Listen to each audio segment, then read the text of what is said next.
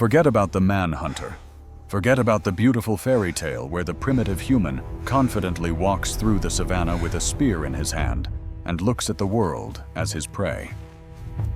Because 2 million years ago, reality was the opposite.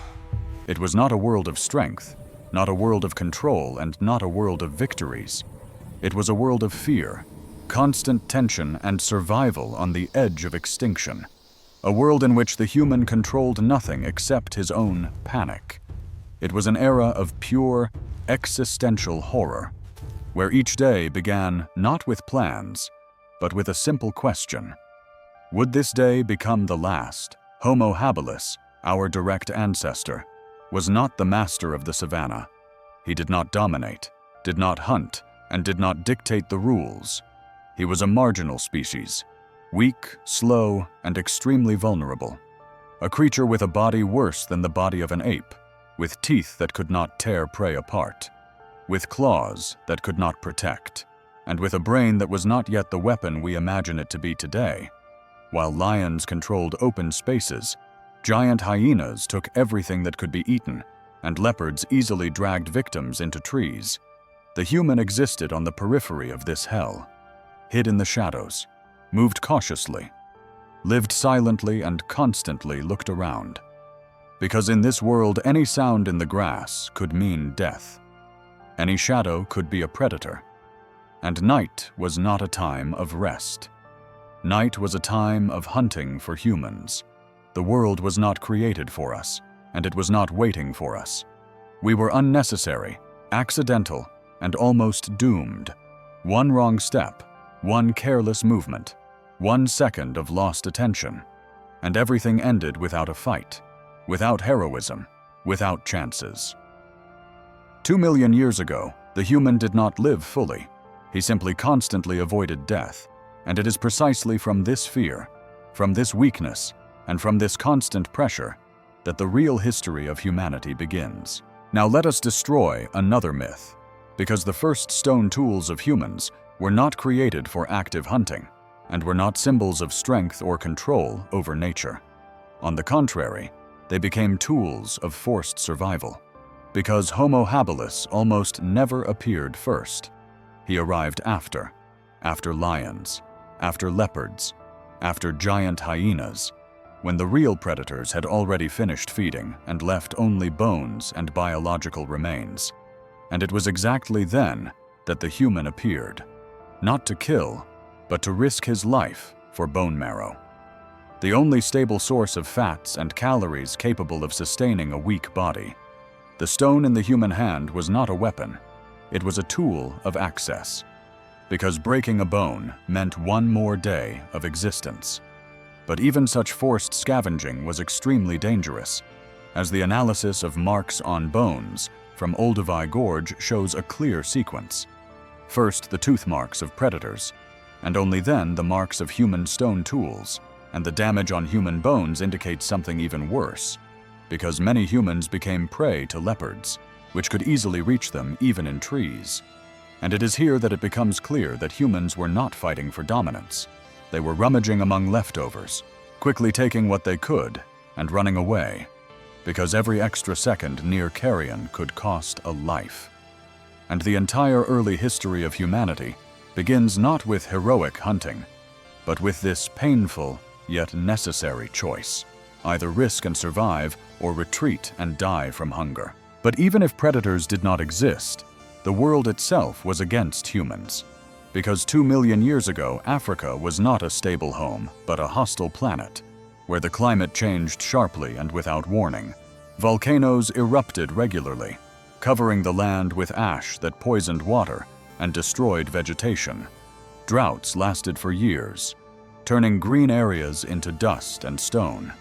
And then, sudden rains washed away everything that remained. And in such an environment, survival was not the norm. It was the exception. Human groups were extremely small, scattered and isolated, often consisting of only a few dozen individuals.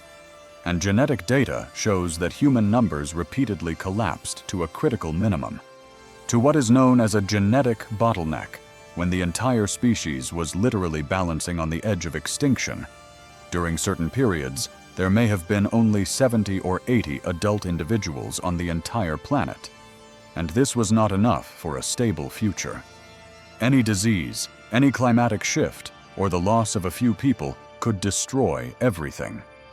And that is why human life of that time was not a story of gradual progress.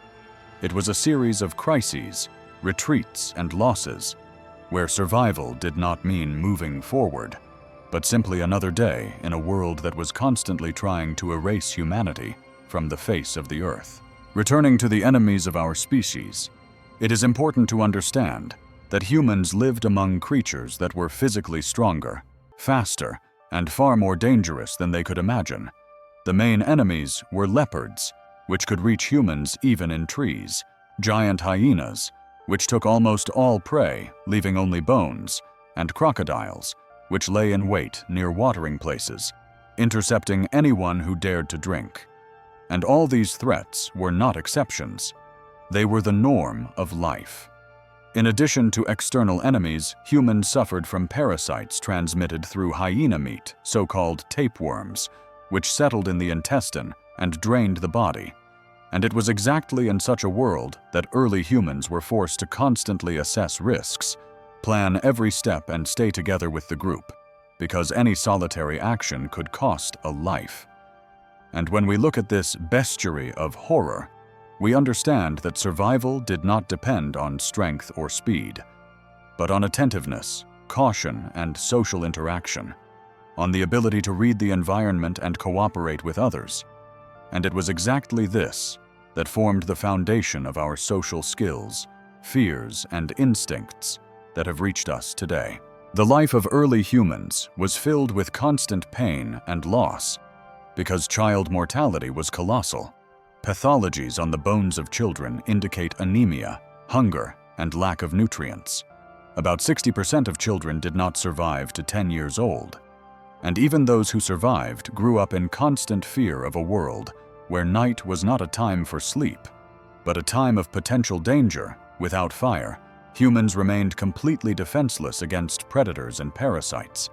And it was exactly this that gave rise to the so-called sentinel hypothesis, when older and attentive members of the group monitored the sleep of others, which later formed the basis of modern anxiety and vigilant sleep.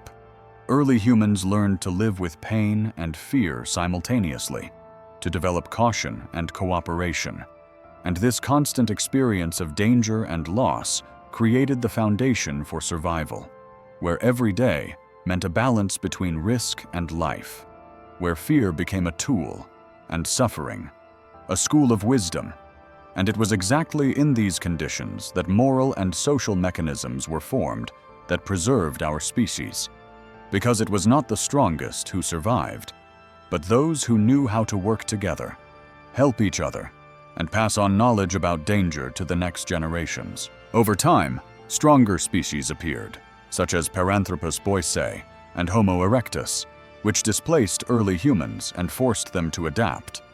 Competition became harsher, because survival was possible only for those who could cooperate and act together. Individual strength or intelligence alone were not decisive. The main weapon became sociality, the ability to form bonds, share resources, protect each other, and organize collective defense. The first forms of cooperation appeared. The grandmother hypothesis, where older group members helped raise children and provided knowledge and safety, became vital. And it was exactly social organization that gave early humans a chance to survive among numerous predators, natural disasters, and parasites. We see that the human mind alone did not save our species. It was saved by the ability to live together, interact, care for one another, and build community. And this social armor formed the foundation of modern human society, ensuring survival even in the harshest conditions. In summary, we see that humans survived not thanks to physical strength or individual intelligence, but despite their own weakness, survival was the result of mutual help, care, collective defense, and the ability to cooperate even in the harshest conditions. Fear of death, pain, and loss shaped us and tempered us. These experiences were passed from generation to generation, creating social structures that later allowed us to build communities, transmit knowledge, develop culture and technologies. Each day was a trial, but those who learned to care for each other and act together survived. And it was exactly they who became our ancestors. And this lesson of survival shows that human strength has always been not in physical advantage, but in social interaction, care, caution, and readiness to support others. And it was exactly this that ensured the continuation of our species, transformed us into a species that could endure in a world constantly trying to destroy it. And these principles still lie at the foundation of our way of life and our social instincts.